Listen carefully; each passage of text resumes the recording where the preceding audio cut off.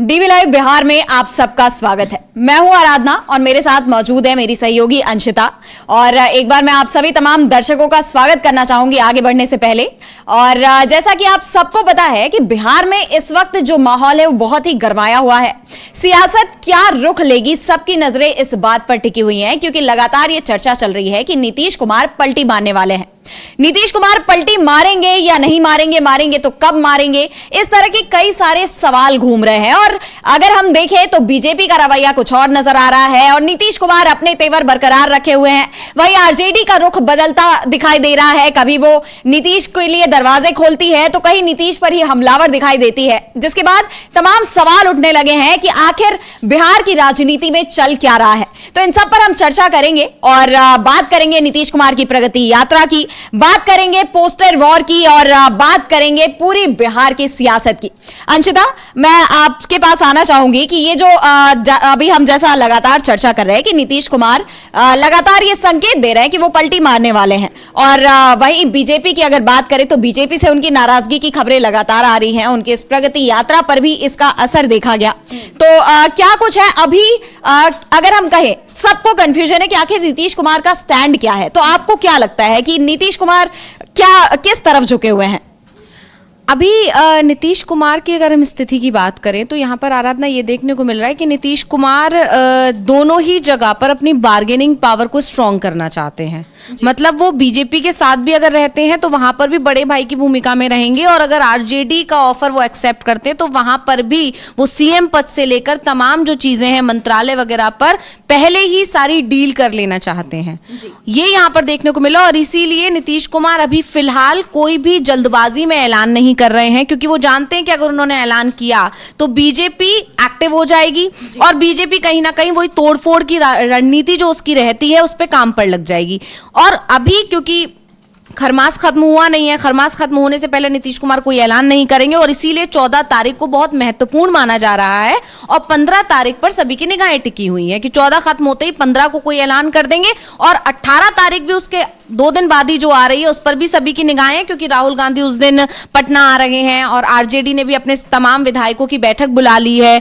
तो उस दिन के लिए भी मतलब अचानक से राहुल गांधी का अपना दौरा का जो प्लान था उसको चेंज करना, उसको अर्ली करना, मतलब कहाँ वो फरवरी में आने वाले थे, फरवरी से वो जनवरी में ही आ रहे हैं, पूरा 1 महीना पहले वो आ रहे हैं, क्योंकि पहले खबर ये थी कि दिल्ली चुनाव के बाद वो पटना आएंगे, लेकिन अब वो पहले आ रहे हैं। ये एक चीज, और दूसरी तरफ आरजेडी का उसी दिन पर सभी विधायकों को बुलाना, ये एक इत्तेफाक तो नहीं हो सकता, कहीं ना कहीं महागठबंधन की और इंडिया गठबंधन की एक पूरी रणनीति का हिस्सा माना जा रहा है इसे, कि सभी लोग एकजुट होंगे और एकजुट होकर नीतीश कुमार को अपने साथ लाने का जो फैसला लिया गया है उस पर मोहर लगेगी, और नीतीश कुमार उस दिन आकर ऐलान करेंगे और उसी वक्त ये सब कुछ डिसाइड हो जाएगा कि किसको क्या मिलना है, और उसके बाद वो जाकर ऐलान कर देंगे, इस्तीफा देंगे और उधर अपना सरकार बनाने का दावा पेश कर देंगे।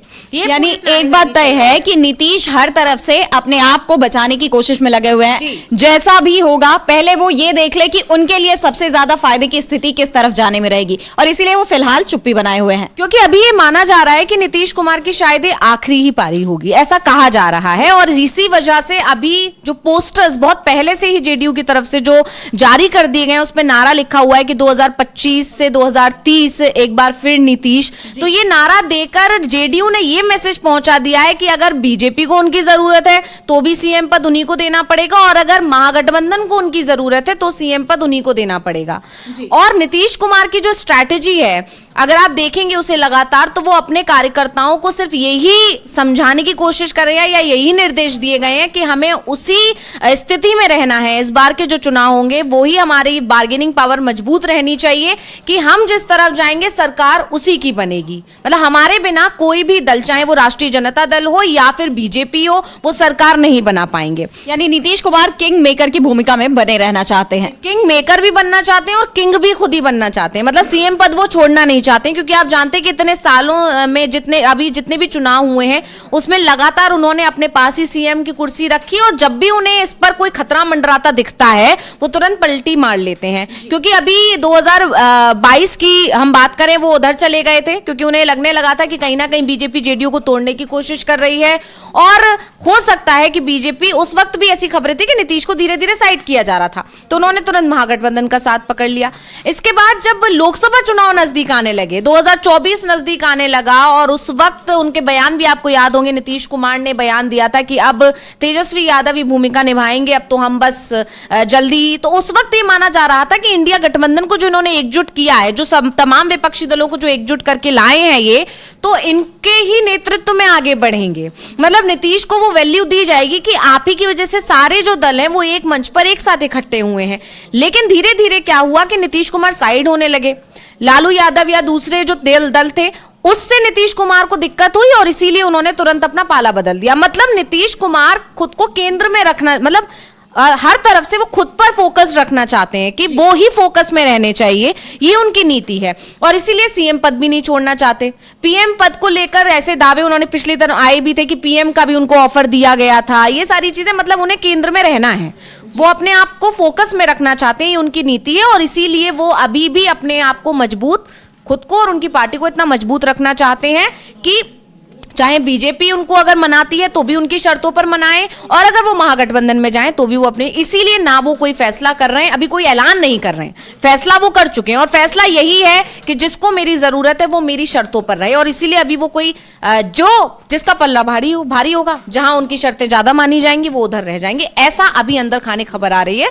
और फिलहाल ये माना जा रहा है कि 18 तारीख को जो प्लान बनाया गया है उसकी एक वजह यही है कि नीतीश और लालू के बीच इशारों में बात हो गई है। क्योंकि मीसा भारती का जो बयान आया वो अपने आप में बहुत बड़ा बयान था कि वो बहुत पुराने नेता हैं, दोनों दोस्त हैं बहुत पुराने, वो इशारों में बात करते हैं, वो क्या बात करते हैं हम भी नहीं जानते हैं। तो इस बीच में जब इतनी उथल पुथल चल रही है, नीतीश के बयानों के मायने निकाले जा रहे हैं, मायने ढूंढे जा रहे हैं, नीतीश के हर कदम पर सबकी नजरें टिकी हुई हैं, हर कोई ये जानने को उत्सुक है कि नीतीश का अगला कदम क्या होगा, अगला मूव क्या होगा। उस बीच में वो एक बयान देते हैं कि हम कहीं नहीं जाएंगे, और उस बयान के बाद मीसा भारती का ये बयान आना कि आप बयानों पे मत जाइए, लालू यादव और उनके बीच तो इशारों में बात होती है, शब्दों की जरूरत नहीं है। तो ये अपने आप में बड़ी बात है कि कहीं ना कहीं बात हो चुकी है और उसकी भनक बीजेपी को ना लगे, इसलिए सिर्फ बातों को दबाने के लिए ये बयान दिया गया है। जी बिल्कुल, अगर हम बयानों की ही बात करें तो इससे पहले भी नीतीश कई बार कह चुके हैं कि वो कहीं नहीं जाएंगे। जब उन्होंने महागठबंधन का भी साथ छोड़ा था उसके पहले भी उन्होंने ये दावे किए थे, लेकिन अगले ही दिन बाजी पलट गई और वो महागठबंधन का साथ छोड़कर बीजेपी के साथ आ गए। तो नीतीश क्या कहते हैं और क्या करते हैं इसमें काफी फर्क देखने मिला है। लेकिन एक तरफ जहां बात हो रही है कि लालू यादव ने अपने दरवाजे खोल दिए, नीतीश को न्योता दिया है कि आपको महागठबंधन में आ जाना चाहिए, हमारे दरवाजे खोले और आपको भी अपने दरवाजे खोल देने चाहिए। तो वहीं तेजस्वी लगातार नीतीश कुमार पर हमलावर दिखाई दे रहे हैं, यानी लालू यादव नरम है और तेजस्वी यादव गरम है। तो इसे लेकर तरह तरह की चर्चाएं चल रही हैं कि आखिर महागठबंधन में ये दोहरा रवैया क्यों नजर आ रहा है। अभी आज ही तेजस्वी यादव की एक ट्वीट आई है, उन्होंने एक बार फिर नीतीश कुमार पर हमला बोला है और उन्होंने सिर्फ एक ही नहीं बल्कि कई सारे मुद्दों पर सवाल उठाए हैं। मैं चाहूंगी कि वो ट्वीट हमारी स्क्रीन पर दिखाया जाए और मैं आप सबको पढ़वाती हूं कि तेजस्वी ने लिखा कि थके हुए मुख्यमंत्री ने रिटायर्ड अधिकारियों के साथ मिलकर बिहार के युवाओं की आशाओं को निराशाओं में बदल दिया है। विज्ञापनों के माध्यम से सैकड़ों करोड़ रुपए झूठे प्रचार में फूंक रहे हैं। बिहारियों के जीवन को आबाद करने की बजाय उसे बर्बाद कर दिया है। बिहार की प्रगति को दुर्गति की अग्नि में झोंक दिया है। बेसुध सरकार और उसके मुखिया के नेतृत्व में एक बरसात में ही सैकड़ों पुलिया ढह जाते हैं। 2 दशक से हर प्रकार की परीक्षाएं, पेपर लीक और धांधली की भेंट चढ़ाई जा रही है। महंगाई हर घर, हर परिवार को खा रही है।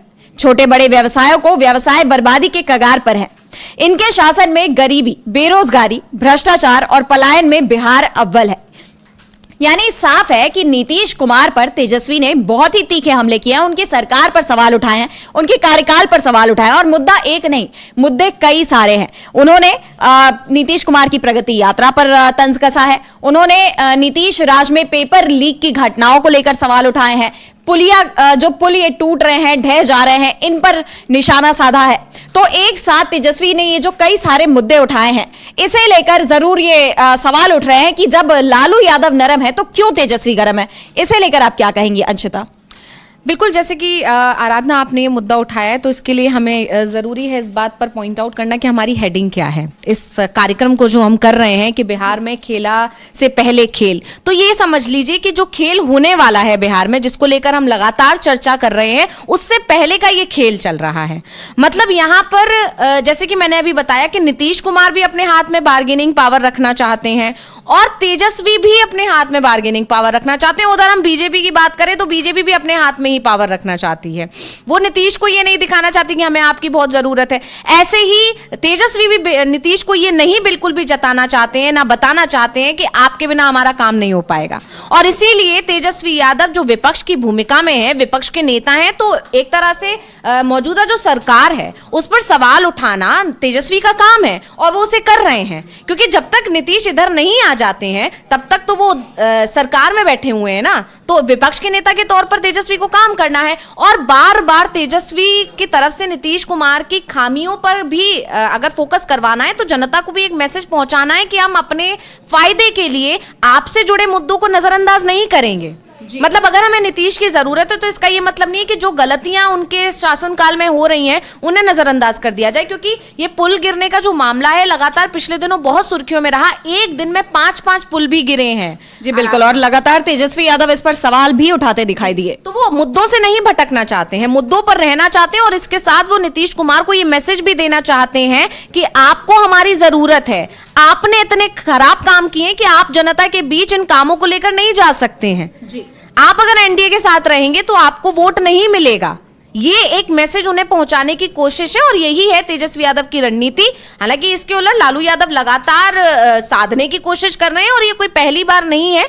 तेजस्वी यादव लगातार सवाल उठाते रहे हैं, लालू यादव थोड़ा हल्के और नरम रुख अपनाते रहे हैं और तेजस्वी यादव बहुत अटैकिंग मोड में रहे हैं। हाँ, अभी पिछले कुछ दिनों से लालू यादव ने अपनी रणनीति में थोड़ा सा लालू यादव और तेजस्वी यादव ने अपनी रणनीति में थोड़ा बदलाव ये किया है कि तेजस्वी यादव को समझा दिया गया है कि आप जो भी अटैक करें वो इन पर ना करें, मतलब सीधे नीतीश पर ना आए, आप बीजेपी पर निशाना साधें। लेकिन अभी क्योंकि प्रगति यात्रा नीतीश कुमार निकाल रहे हैं तो ऐसे में प्रगति यात्रा पर सवाल उठाया जाएगा और उसका निकाल भी नीतीश कुमार रहे हैं उस यात्रा को ना। लेकिन सबसे बड़ी बात यह है अंशिता कि ये जो प्रगति यात्रा नीतीश कुमार की निकली हुई है ये भी तो सरकार की योजना के तहत ही आ रही है। ऐसा इसका जो बजट है वो पूरी तरह से सरकार की तरफ से दिया गया है। इस पर तेजस्वी यादव ने शुरुआत से ही इस पर सवाल उठाए हैं।